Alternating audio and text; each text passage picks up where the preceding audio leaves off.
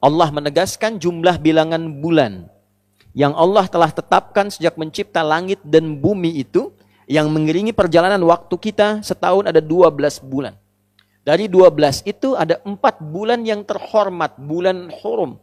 Bulan kita menjaga diri, menjaga kehormatan, mengevaluasi, meninggalkan maksiat. Itulah ketentuan agama yang benar. Maka bila telah tiba di 1 bulan itu, maka jangan sampai kita melakukan perbuatan-perbuatan yang terlarang. Jangan menzolimi diri. Lisan itu fungsinya bicara yang baik. Ketika lisan digunakan pada yang tidak baik, itu zalim namanya. 4 bulan ini 3 berurutan kata Nabi. Thalatha mutawaliyah. Dzulqa'dah, Dzulhijjah, Al-Muharram. Lalu yang keempat bulan Rajab. Bulan yang ke-7 itu yang kita ketahui. Hadirin, bila kita rangkai seluruh uraian ini, ternyata Al-Muharram bukan menjadi penanda awal pergantian satu waktu dalam penanggalan Islam. Tapi Al-Muharram juga komitmen kita untuk memulai hari baru, tahun baru, waktu yang baru, dengan keadaan yang baru yang lebih baik. Bagaimana cara menjadi baik itu? Berhijrah. Apa esensi hijrah itu? Maka dalam hadis riwayat Al-Bukhari diisyaratkan oleh Nabi SAW, esensi hijrah itu meninggalkan segala yang dilarang oleh Allah dan Rasulnya. Yang haram-haram. Maka kalendernya Hijriyah, bulannya Al-Muharram, perbuatannya koreksi diri kita, evaluasi diri kita untuk mencoba meninggalkan segala yang dilarang oleh Allah dan Rasulnya. Tidak ada cara yang terbaik untuk bisa mengoptimalkan itu dan pesan-pesan yang istimewa tadi, kecuali salah satu amalan efektifnya dengan menunaikan ibadah puasa. Karena saat puasalah kita bisa mengoreksi diri dengan baik. Kita bisa mencoba berlatih meninggalkan segala yang dilarang. Kita bisa memaksimalkan ibadah yang menunjukkan ketaatan kita meningkat di hadapan Allah Subhanahu wa taala. Itulah sebabnya Nabi SAW ketika ditanya oleh segelintir sahabat, puasa apa yang istimewa, yang utama setelah Ramadan, maka Nabi tidak ragu mengatakan puasa yang ditunaikan di bulan Allah Al-Muharram. Dilekatkan dengan nama Allah untuk menunjukkan keistimewaan bulan Al-Muharram ini. Hadirin rahimani wa rahimakumullah. Apakah utuh puasanya di bulan Al-Muharram ini? Apakah sebagian saja? Para ulama ada yang mengatakan karena Nabi menyebutkan bulan Al-Muharram, maka ada yang menghukumi silahkan. Sebanyak-banyaknya tunaikan di bulan Al-Muharram itu. Ada yang membatasi dengan memberikan keutamaan tanggal 1 sampai 10. Ada yang tidak membatasi, bahkan menambahkan keutamaan kalau yang biasa Senin dan Kamis, Ayyamul Bid ditunaikan di bulan ini, maka meningkat keutamaannya. Ada juga di antara penanggalan ini satu tanggal yang istimewa disepakati oleh ulama tanpa perbedaan dan riwayatnya tersambung pada sosok mulia lingkup A1 dari Nabi sallallahu alaihi wasallam, satu di antara istri Nabi sallallahu alaihi wasallam, Ummul Mukminin, ibunda kita semua, Sayyidah Aisyah radhiyallahu taala anha.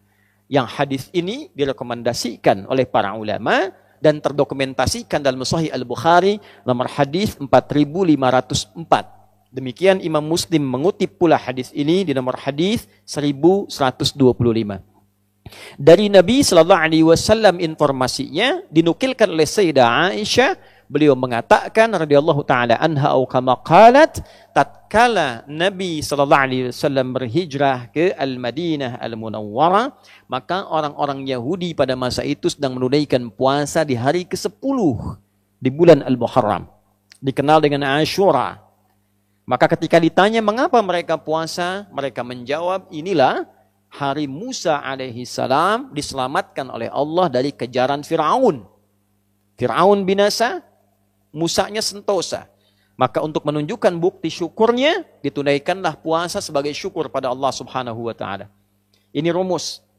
Boleh di antara nikmat syukur itu kita tingkatkan dan kita syukuri dengan menunaikan ibadah seperti puasa.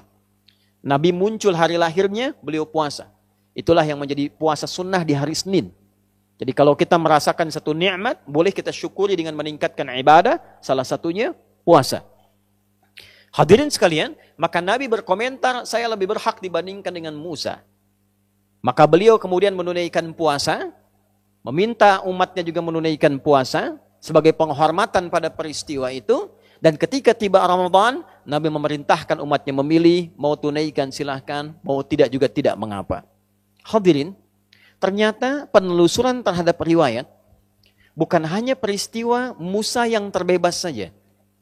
Nabi Adam alaihissalam turun ke bumi dan diterima taubatnya oleh Allah setelah menyampaikan kalimat indah yang diterima dari Allah, Rabbana zalamna anfusana wa illam taghfir lana wa tarhamna lanakunanna minal khasirin, yang diabadikan di Al-A'raf itu ternyata terjadinya 10 Al-Muharram. Nabi Nuh alaihissalam ketika kapalnya itu yang telah dihantam oleh badai, kemudian muncul banjir dan beliau selamat dengan pengikutnya, keselamatannya terjadi di bulan Al-Muharram di tanggal ke-10. Dan peristiwa-peristiwa besar lain banyak mengiringi, menunjukkan perubahan, menunjukkan evaluasi, menunjukkan muhasabah yang inti seluruhnya ini terdapat dalam puasa. Jadi wajar ketika tanggal 10 Al-Muharram ada puasa sunnah dan memberikan manfaat menggugurkan dosa yang pernah dilakukan, maka bagaimana cara menjalaninya?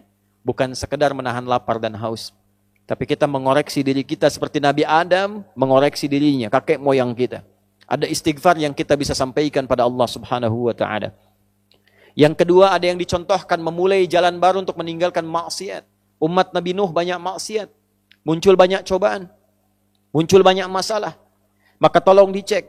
Kalau dalam kehidupan banyak masalah yang tidak tuntas, tidak selesai, coba dicek. Kalau tandanya bukan ujian rasa cinta seperti Allah menguji para nabi, para rasul, boleh jadi ada maksiat yang pernah dikerjakan. Koreksi. Atau kita tunjukkan bukti syukur pada Allah. Selama ini jarang kita syukuri nikmat. Banyak meminta sesuatu yang tidak ada, yang ada lupa disyukuri. Maka ambil pada kisah Nabi Musa diselamatkan dari Firaun, syukuri. Maka niatkan hari ke-10 itu kita menunaikan puasa untuk mensyukuri nikmat Allah yang didapatkan sampai detik itu.